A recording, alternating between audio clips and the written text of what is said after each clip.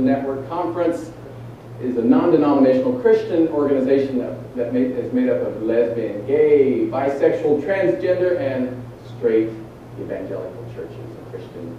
And I'm so excited because we have a great show for you guys.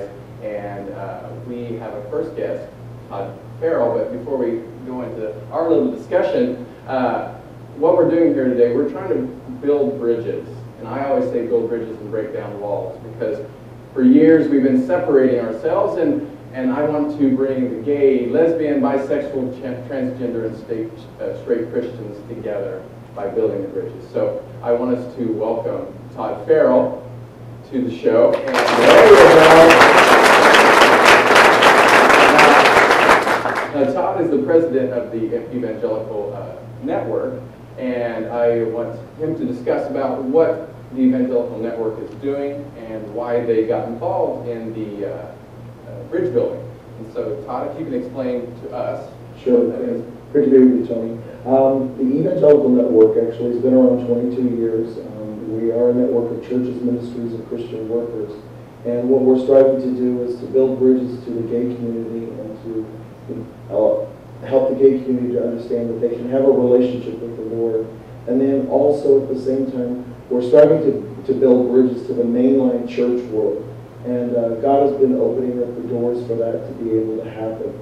How that originally actually took place is in 2005, I attended Saddleback's World AIDS Conference, and I got a chance to meet Rick and Kay Warren. And through that, we started to develop a relationship, and I had an opportunity to meet with the Warrens and to talk with them and to share with them a little bit about who we are as an organization, and tell you a quick story about what had happened in the first visit. I got a chance to sit down with Kay, and when she was asked, where are you at on the gay issue, she just broke down and cried. And literally for 5 minutes, it took her to compose herself. And she said, I just don't see it in Scripture. And I looked at her and I said, it's okay to be at that place, because we're all on a journey. And what I have found in talking with not only Saddleback, but with other churches that we're working with, is that everybody's on a journey. Everybody's on a journey to understand who God is and how big God is. And it's been a great journey to be able to walk and work with them. I have utmost respect, and we've been met with respect. We respect them, we respect where they're at in the journey, they respect us. A lot of questions and answers being exchanged with one another, and it's been a really dynamic process. And how do you feel that the gay community reaching out to the mainline, how important is that for us as a community? I think it's really important. I think what I've seen is that I've seen that the community, the church oftentimes has a different paradigm and a different idea of exactly who the gay community is. I've sat down with pastors, and there's a common thread that weaves through all of it. Things like their ideas of the gay community is you all have 50 partners, you all dress in drag, every day is gay pride. There's a disconnect of who gay, lesbian, bisexual, transgender people are. And we're trying to put a real face to that and to the community. One particular story, we're working with the pastor at an evangelical church who, when we first met with him, kept referring to lifestyle.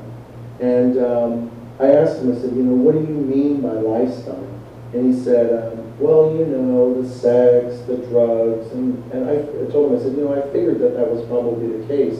I said, but I could take you to an area of San Francisco in which all the sex and the drugs and the porn shops and all of those things take place in the straight community. And I said, wouldn't it be rather naive of me to assume that all heterosexuals behave and act like that based by what I see on Columbus Street in San Francisco? And he's like, that makes a lot of sense to me. And so since then, we've been working on that. He asked, he said, what would be a better way for me to approach this? And I said, instead of saying Todd is part of the gay lifestyle, would be to say Todd is gay, or Todd is part of the gay community, because there is a gay community, but lifestyle has such a negative connotation. So much of this is education and putting ourselves, the gay community, putting ourselves in place in front of them to engage in conversation, and vice versa. Right. Well, I know that the Evangelical Network has been really hitting the streets hard and approaching these people. How have you seen the reactions? I know you've approached the Warrens and these other gentlemen, but other organizations. Have you seen a resistance still? Well, we see a little bit of both within some of the GLBT affirming organizations.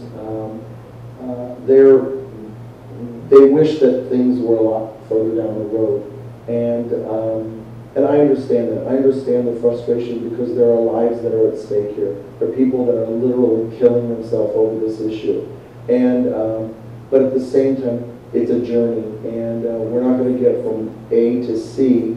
We have to go through B, and we have to go through those steps. And so, but what's important is that we continue to have the dialogue, and we continue to push that dialogue, and to have that relationship, because what this is all about is about relationship. And if we don't have a relationship that's amicable, then we're going to be shut out the door, and we're not going to be able to come together, what I call, and have safe, sane conversation. And that's really what's needed in this. Well, I think your organization has done a great job, and I think you guys for having me here to be a part of this. And I know Todd's going to be doing some co-hosting with me today, and we have a lot of other guests for you. But I know the Evangelical Network is also, approaching our straight allies. And how excited are you to have all the straight allies with us today? I am absolutely thrilled. I mean, it's amazing who's the folks that are going to be on the show today. I'm blown away at what I'm seeing as far as across the country and across the world. I mean, there are pastors of evangelical churches that we're working with and have been in conversation with in Australia and across America. I've got pastors that are calling and saying, we want to be in dialogue with you. We're looking at taking our church to a place of being affirming. And we want to know how we can become a place that's welcoming of the gay community. And it really is mind-boggling to watch the hand of God and how fast God is moving. We prayed 15 years ago that God would break down the walls of division between the gay community and the straight community, the mainline church. And we're seeing that happen within the last 5 years, and now it's just it's on high speed because God is just over and over again opening up doors and opportunities. It's great. And what do you think? What do you think is going to be the momentum? Is it just communication, or between the allies, or do you feel like that it's going to be slowed down by the resistance with the government, or how do you feel about that? I think God's bigger than government, and God's bigger than and when God decides what He wants to do, and what it appears in this whole situation, it's about communication, it's about relationship, it's about education, it's about us telling our stories, it's about gay people coming out of the closet, and not only about their sexuality, but about their faith. Because it's very important for people to see that the GLBT community are people of faith. It is vitally important. Well, thank you, Todd.